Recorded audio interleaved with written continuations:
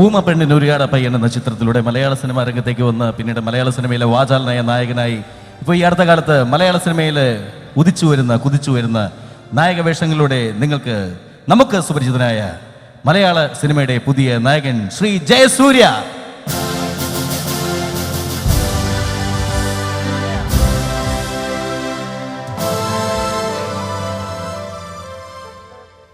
എല്ലാവർക്കും വിനീതമായ നമസ്കാരം.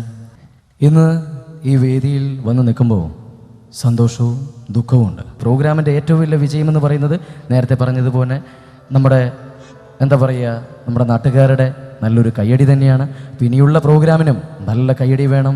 മലയാള സിനിമയിൽ ഇന്ന് നായകനേക്കാൾ ഒരു പക്ഷേ കയ്യടി മേടിക്കുന്നത് കോമഡി താരങ്ങളാണ്.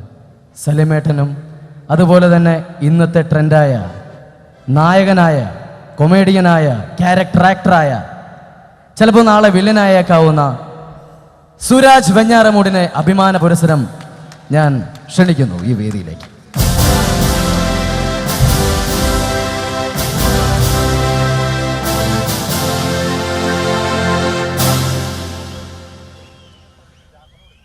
പ്രിയപ്പെട്ടവരെ, എൻ്റെ ഹൃദയം നിറഞ്ഞ നമസ്കാരം. എന്തൊക്കെയുണ്ട് വിശേഷങ്ങൾ? സുഖം തന്നെയല്ലേ? ഇങ്ങനെയൊക്കെ പറയുമ്പോൾ നിങ്ങൾ പറയും തള്ള അവൻ്റെ മുടമാക്കുന്നു. അതുകൊണ്ട് അങ്ങനെയൊന്നും പറയില്ല. അണ്ണാ സുഖങ്ങളൊക്കെ തന്നെയല്ലേ? ചായകളൊക്കെ കുടിച്ചിട്ട് തന്നെ വന്നിരിക്കണം. നമ്മളെ ഒരു അങ്കിൾ ഇവിടെ ഇരുന്ന് പറയണം ഇങ്ങനെയൊക്കെ കാണിച്ച്. എനിക്ക് സന്തോഷം.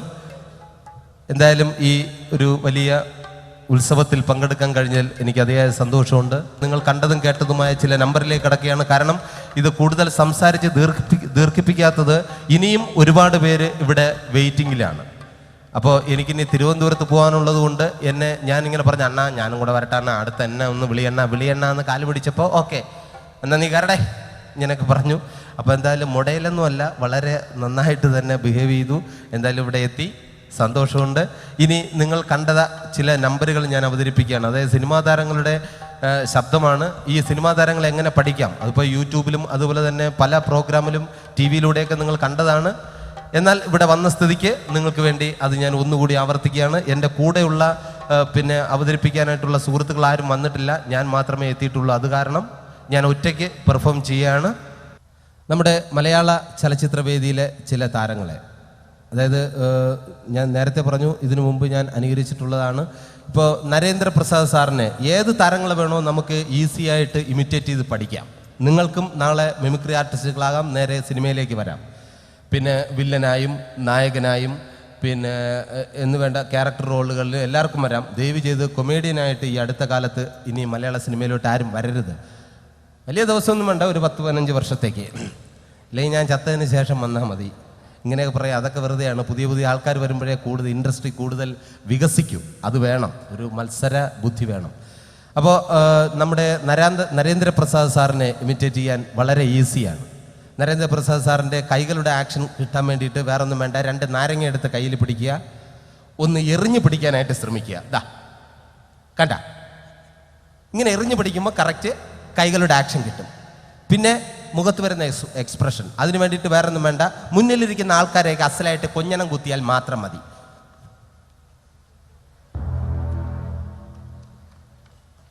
എന്നിട്ട് ഈ ജന്നിയുടെ തുടക്കം വെട്ടുവലി അതും കൂടെ ഉണ്ടെങ്കിൽ ഓക്കെ ആയി, നരേന്ദ്രപ്രസാദായി മാറും.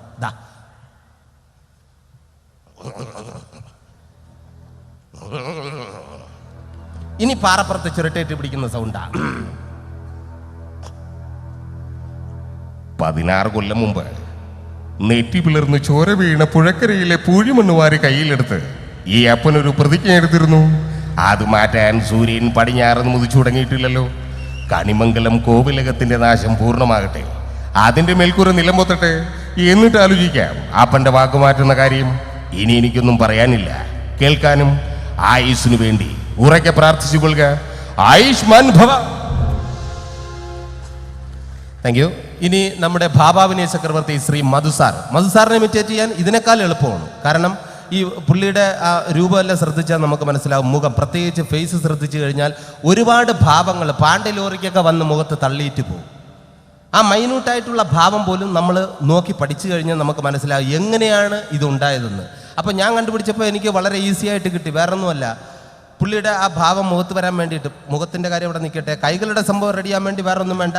നമ്മൾ സൈക്കിൾ വിട്ടാൽ അറിയാലോ, കൈ കൊണ്ട് സൈക്കിൾ വിട്ടുക, ദാ ബ്രേക്ക്, തിരിച്ച് കറക്കുക, റിവേഴ്സ്. ഇനി ഇടത്തെ കാലം ആർക്കും വേണ്ട, അത് എടുത്ത് എറിഞ്ഞ് നടക്കുക.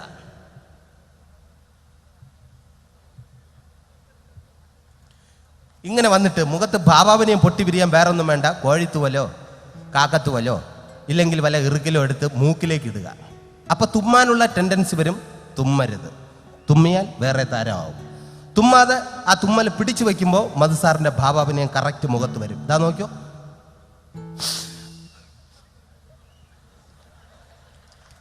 തുമ്മിയാ പോയി, തുമ്മരുത്, വീണ്ടും കുത്തുക.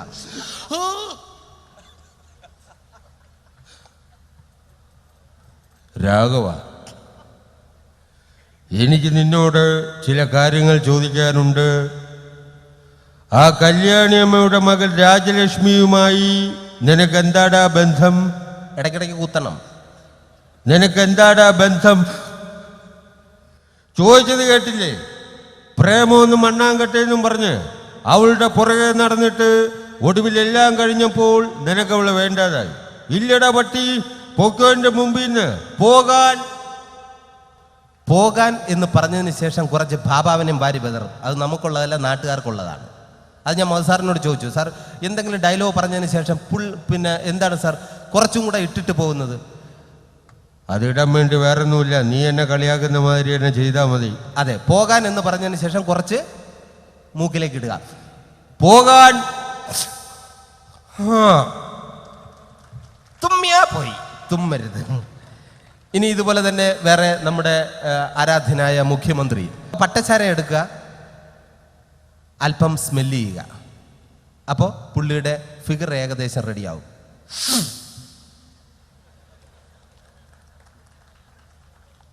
ഇനി ഇത് ഉള്ളിലേക്ക് അല്പം സേവിക്കാൻ ശ്രമിക്കുക. അപ്പോൾ ബോഡി ലാംഗ്വേജ് ഫുൾ ക്ലിയർ ആവും.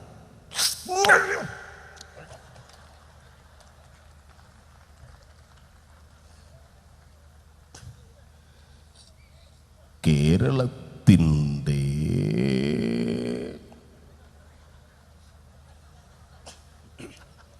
വരുന്ന 1.5 വർഷവും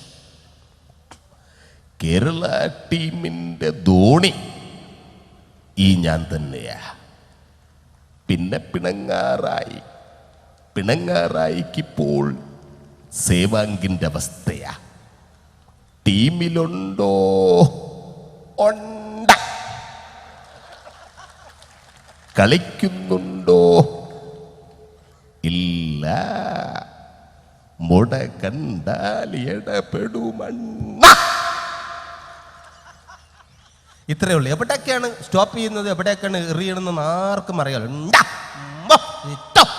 ഇങ്ങനെ അങ്ങ് പോകും. ഇനി ഇതുപോലെ തന്നെ നമ്മുടെ മലയാള സിനിമയിലെ പിന്നെ നമ്മുടെ എല്ലാം ആരാധ്യപുരുഷൻ ശ്രീ മമ്മൂക്കയെ ഇമിറ്റേറ്റ് ചെയ്യാനും വളരെ ഈസിയാണ്. ഒരു ഷൂ ഇട്ടാൽ മതി, അറിയാലോ. കാര്യമില്ല, ഇല്ലെങ്കിൽ നടത്ത ക്ലിയർ ആവില്ല. ഞാനിത് പുള്ളിയുടെ മുമ്പൊക്കെ ഇമിറ്റേറ്റ് ചെയ്തോ പുള്ളി അസലായിട്ട് കൈയടിച്ച് ചിരിച്ചതാ. പിന്നീട് എന്നെ പ്രാവും, അതെനിക്ക് വിഷയമല്ല. പക്ഷെ അപ്പം ചിരിക്കുന്നുണ്ടല്ലോ, നമുക്ക് അതറിഞ്ഞാൽ മതി. അപ്പം ചിരിച്ചങ്ങ് കളയുക. അപ്പോൾ നമുക്ക് ഇമിറ്റേറ്റ് ചെയ്യുമ്പോൾ ഒരു ഷൂ ഇടുക, ആ നടത്ത ക്ലിയർ ആവും.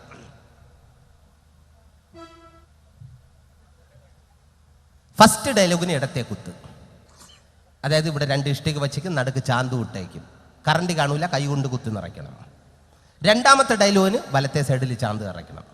സെന്റ് ഡയലോഗ് പറയുമ്പോൾ മാത്രം പ്രത്യേകം ശ്രദ്ധിക്കുക, 2 കൈയും കൊണ്ട് നിറയ്ക്കണം. കാരണം മയ്ക്കാടല്ല, അടങ്കലാണ്, പെട്ടെന്ന് തീർത്തിട്ട് പോകണം. പിന്നെ മമ്മൂക്കാടെ ഫിഗർ പിടിക്കാൻ വളരെ ഈസിയാണ്. മുന്നിലിരിക്കുന്ന ആൾക്കാരെയൊക്കെ നമ്മൾ പുച്ഛിക്കുക. ഇനി അദ്ദേഹത്തിന്റെ ഡയലോഗ്. ചന്തുവിനെ തോൽപ്പിക്കാനാവില്ല മക്കളെ. ഇരുമ്പാണ് തട്ടി മുളയാണി വെച്ച് പൊൻകാരം കൊണ്ട് ചുരുക വിളക്കാൻ കൊല്ലന് 16 പെൺമൺ കൊടുത്തവൻ ചന്തു. മാറ്റം തിരികെ ചോദിച്ചപ്പോ മറന്നുപോയെന്ന് കളവ് പറഞ്ഞു ചന്തു. ഞരമ്പെല്ലാം വലിഞ്ഞു മുറുകി പൊട്ടണം, ആ രീതിയിലായിരിക്കണം. കട്ടം ബീഡിയും വലിച്ചുകൊണ്ട് ഇത്തരത്തിലുള്ള ഡയലോഗാണ്. ഇംഗ്ലീഷൊക്കെ പറഞ്ഞു കഴിഞ്ഞാൽ നമുക്ക് ആർക്കും പിടുത്തം കിടില്ല. ഞാൻ ഒരിക്കൽ മമ്മൂക്കയോട് ചോദിച്ചിട്ടുണ്ട്, നമുക്ക് ഇംഗ്ലീഷ് പറയണത് ഈ സ്റ്റീൽ പാത്രം എന്ന് തറയും വീണ മാതിരിയാണ്. വീണ് കഴിഞ്ഞാൽ പിന്നെ അത് എങ്ങനെയൊക്കെ മറ്റേ ഷിയാൻ ഷൂ എന്ന് പറയുന്ന പോക്കാണ്. ഇപ്പോൾ മമ്മൂക്കയുടെ ഇംഗ്ലീഷ് വേണോ? സ്റ്റീൽ പാത്രം എടുത്ത് തറയിലിട്ട് ഇടുക.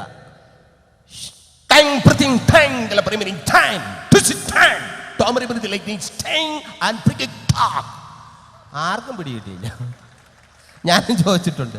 അപ്പോൾ അത് കറക്റ്റ് ഇംഗ്ലീഷ് അറിയുന്നവർക്കൊക്കെ പിടി കിട്ടും. നമുക്ക് എവറിത്തിങ് ട്രൈങ് ഡ്രിങ്കില്ല എന്ന് പറഞ്ഞു കഴിഞ്ഞാൽ ചിലപ്പോഴൊക്കെ പിടി കിട്ടും. അപ്പോൾ അത് കഴിഞ്ഞിട്ട് ആറച്ചിരിക്കണേ മൈക്ക് ഓൺ ചെയ്ത് വെച്ചിട്ട്. അപ്പോൾ അത് കഴിഞ്ഞിട്ട് ഇനി ലാലേട്ടൻ ഇമിറ്റേറ്റ് ചെയ്യാൻ ഇതിനേക്കാൾ എളുപ്പമാണ് ഇടത്തേത്തുള്ള 90 ഡിഗ്രി ചരിയുക. അത് വെറുതെ അങ്ങ് ചരിച്ചിടണം. പിന്നെ ആക്ഷൻ കിട്ടാൻ വേണ്ടി വേറെ ഒന്നും വേണ്ട. ഒരു ബോളോ തറയിലേക്ക് വയ്ക്കുക. ഇപ്പോൾ ഫുട്ബോൾ അല്ലെങ്കിൽ പാണ്ടികളി എന്തെങ്കിലും കളി അറിഞ്ഞേ പറ്റൂ. ഇപ്പോൾ ഫുട്ബോൾ ഉണ്ടെങ്കിൽ ആ ബോൾ തറയിൽ വയ്ക്കുക, കാലുകൊണ്ട് തട്ടി തെറിപ്പിക്കുമ്പോഴത്തേനും പുള്ളിയുടെ ഡാൻസ് ആയിട്ട് മാറും.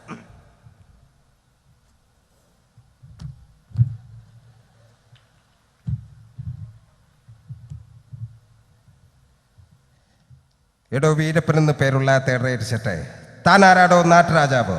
തൻ്റെ കളരിയും തരികയുടെ നമ്പരും എല്ലാം ചെലവാകും അങ്ങ് കാട്ടിലെ. ഇത് സ്ഥലം വേറെയാ. ഒരുപാട് കളി കണ്ടവനാ ഞാൻ. ഒന്നിനും പറ്റിയില്ലെങ്കിൽ തന്നെ പച്ചയ്ക്ക് കൊളുത്തിട്ടേ ജഗന്നാഥൻ ഈ മണ്ണ് വിടൂ. നീ പോമോനെ ദിനേശ ചുമ്മാ. സുരേഷ് ഏട്ടനെ ഇമിറ്റേറ്റ് ചെയ്യാൻ വളരെ ഈസിയാണ്. കാര്യം മമ്മൂക്കായ മോഹൻലാലിനെ അറിഞ്ഞു കഴിഞ്ഞാൽ പിന്നെ സുരേഷ് ഏട്ടനെ ഈസിയാണ്. ഇപ്പം ഞാൻ കാണിച്ചു തരാം. എന്താ മമ്മൂട്ടി 25 കിലോ ചാണകം കൊണ്ട് തറയിടുക, ടൈമിംഗ് അനുസരിച്ച് ചവിട്ടുക. മമ്മൂട്ടി ചാണകം ചവിട്ട് മോഹൻലാൽ, വീണ്ടും മമ്മൂട്ടി മോഹൻലാൽ. സ്പീഡാക്കിയാൽ മാത്രം മതി. മമ്മൂട്ടി മോഹൻലാൽ, മമ്മൂട്ടി. കണ്ട, ഇനി എന്ത് ചോദിച്ചാലും വേണ്ട എന്നും കൂടെ പറഞ്ഞേക്കണം.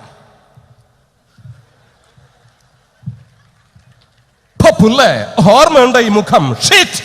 ഷീറ്റ് വേണം. പാകൊണ്ടുള്ള ഒരു പരിപാടിക്കും പുള്ളി തയ്യാറല്ല. ആ രീതിയിലായിരിക്കണം പെർഫോമൻസ്. ഇനി നമ്മുടെ നിങ്ങൾ ആവശ്യപ്പെടുന്ന താരങ്ങളെ നിന്ന് ഇമിറ്റേറ്റ് ചെയ്യാനുള്ള സമയമില്ല. എന്നാൽ ഞാൻ ഇമിറ്റേറ്റ് ചെയ്തതിനെ, കാരണം ഒരുപാട് പേര് വെയിറ്റിങ്ങിലാണ്.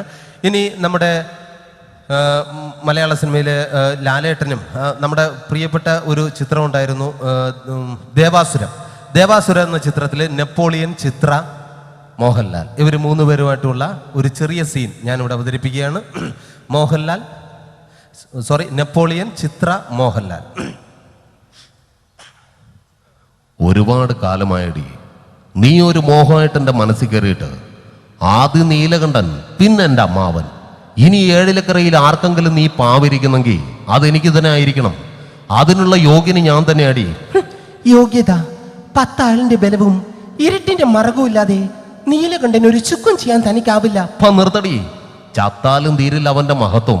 അവന്റെ മരണം എനിക്ക് വ്രതമാടി, വ്രതം. നേരെ പോവുകയാണ് മംഗലശ്ശേരിയിലേക്ക്. അവിടെ ചെന്നപ്പോൾ ലാലേട്ടൻ്റെ കൈയൊക്കെ അടിച്ചോടിച്ചിട്ടേക്കുകയാണ്. അവിടെയും പുള്ളിയുടെ പെർഫോമൻസ് ആണ്. ആരുടെ? വില്ലന്റെ. നീലകണ്ഠ, നീ ചത്തിട്ടില്ല എന്നറിഞ്ഞപ്പോഴാ എനിക്ക് കൂടുതൽ സന്തോഷം. ശേഖര, ഞാനെല്ലാം മറക്കാൻ ശ്രമിക്കുകയാണ്. ഇല്ലടാ, നീ അലങ്കോലമാക്കിയ അതേ ഉത്സവം ഇത്രയും പുരുഷാരവ നോക്കി നിൽക്കേ ഞാൻ നിന്നെ തല്ലാൻ പോവാ. പട്ടിയെ തല്ലുന്ന മാതിരി തിരിച്ച് കയ്യങ്ങാൻ ഓർത്തിയാൽ പടക്കം കത്തുന്ന മാതിരി കത്തും. അത് കഴിഞ്ഞു. ഇനി നമ്മുടെ കൊച്ചു പ്രേമേട്ടൻ, ട്രിവാൻഡ്രത്തിൻ്റെ മറ്റൊരു അഭിമാനമാണ് കൊച്ചു പ്രേമൻ. കൊച്ചു പ്രേമേട്ടനെ ഇമിറ്റേറ്റ് ചെയ്യാൻ വളരെ ഈസിയാണ്. നമ്മൾ താല്പര്യമില്ലാത്ത രീതിയിൽ ഇപ്പോൾ ലൊക്കേഷനിലൊക്കെ കഴിയുമ്പോൾ ഞാൻ ചോദിക്കും, ചേട്ടാ നമുക്ക് ഇന്ന് ബിരിയാണി ഉണ്ട്, പോയി കഴിക്കാം. നല്ല ചോറും സാമ്പാറൊക്കെ ഉണ്ടെന്ന്, തൈരും പുളിച്ചേരി എല്ലാം ഉണ്ട്. നിങ്ങൾ അമ്മമ്മ മരിച്ചെന്ന് കേട്ടു. എല്ലാം ഒരേ എക്സ്പ്രഷനാണ്, സൗണ്ടിൽ ഒരു വ്യത്യാസവുമില്ല. അപ്പം ആ രീതിയിൽ താല്പര്യമില്ലാത്ത രീതിയിൽ ഡയലോഗ് പറഞ്ഞാൽ മതി, കൊച്ചു പ്രേമനായിട്ട് മാറും. പക്ഷേ ആ പട്ടിയെ വിട്ടുള്ള ഏർപ്പാട് അതത്ര ശരിയായില്ല കേട്ടോ. പട്ടിയുണ്ട് സൂക്ഷിക്കുക എന്ന ബോർഡ് വയ്ക്കുന്ന പോലെ ഇവിടെ മുണ്ട് പറിക്കുന്ന കുട്ടികളുണ്ട് എന്നുകൂടി എഴുതി വയ്ക്കുന്നത് വളരെ നന്നായിരിക്കും. എന്നാ പിന്നെ ഞാനങ്ങോട്ട്. Thank you. ഇനി നമ്മുടെ പ്രിയങ്കരിയായ ബിന്ദു പണിക്കർ. എടാ അശോക, എനിക്ക് നിന്നോട് ഒരുപാട് കാര്യങ്ങൾ പറയാനുണ്ട്. പണ്ട് ഞാൻ കോളേജിൽ പഠിക്കുമ്പോൾ എനിക്കായിരുന്നു ക്ലാസ്സിൽ ഫസ്റ്റ്. പക്ഷെ റിസൾട്ട് വന്നപ്പോൾ ഞാൻ തോറ്റു. അതെങ്ങനെ? അവറ്റകൾക്ക് എന്നോട് സ്നേഹമില്ലല്ലോ. Thank you. ഇനി ഒരൊറ്റ ചെറിയൊരു നമ്പറോട് കൂടി എൻ്റെ ഈ കലാവിരുന്ന് ഇവിടെ അവസാനിക്കുകയാണ്. നമ്മുടെ മലയാള സിനിമയിൽ പഴയകാല ആക്ഷൻ സൂപ്പർ സ്റ്റാർ ശ്രീ ജയനെ ഇമിറ്റേറ്റ് ചെയ്തുകൊണ്ട് മലയാളത്തിൽ മറ്റ് 2 താരങ്ങളും കൂടെ ഉദയം ചെയ്തു. ഒന്ന് ഭീമൻ രഘു, പിന്നെ ജഗദീഷ്. ഇത് ഞാൻ ജഗദീഷ് ചേട്ടനോട് പറഞ്ഞപ്പോഴും ഭീമൻ രഘു ചേട്ടനോട് പറഞ്ഞപ്പോഴും അവരാരും നമ്മളങ്ങനെ ഇമിറ്റേറ്റ് ചെയ്തിട്ടൊന്നുമില്ല എന്ന് പറഞ്ഞു. ഇനി നിങ്ങൾ തീരുമാനിക്കുക, ഈ ജയൻ എന്ന വ്യക്തിയെ പുള്ളി ഇമിറ്റേറ്റ് ചെയ്തിട്ടുണ്ടോ ഇല്ലയെന്ന്. ആദ്യം അവരുടെ ശബ്ദം. അവിടെ നിൽക്കാൻ, അവിടെ നിൽക്കാൻ. നീ എന്നോട് പെമ്പിള്ളേരെ ശല്യം ചെയ്യുന്ന അലബലാദി ഷാജി. ഇനി ഭീമന്റെ ഗു.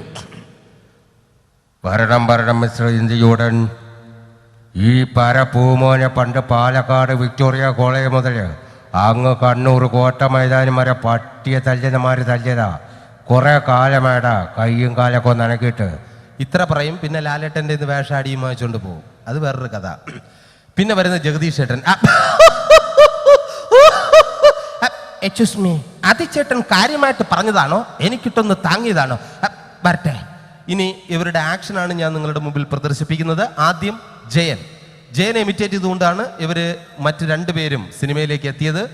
ഈ നടത്തയെല്ലാം ആക്ഷൻസ് എല്ലാം കറക്റ്റ് ആയിരിക്കും. അത് ക്ലിയർ ആണെങ്കിൽ മാത്രം കൈയടിച്ചാൽ മതി. ആദ്യം ജയൻ, ഞാൻ പറയുകയാണ്. ആദ്യം ജയൻ, അല്പക്കൂടെ സ്പീഡ് ഭീമൻ രഘു, അല്പക്കൂടെ സ്പീഡ് ജഗദീഷ്. ക്ലിയർ ആണോ നോക്കൂ. ആദ്യം ജയൻ.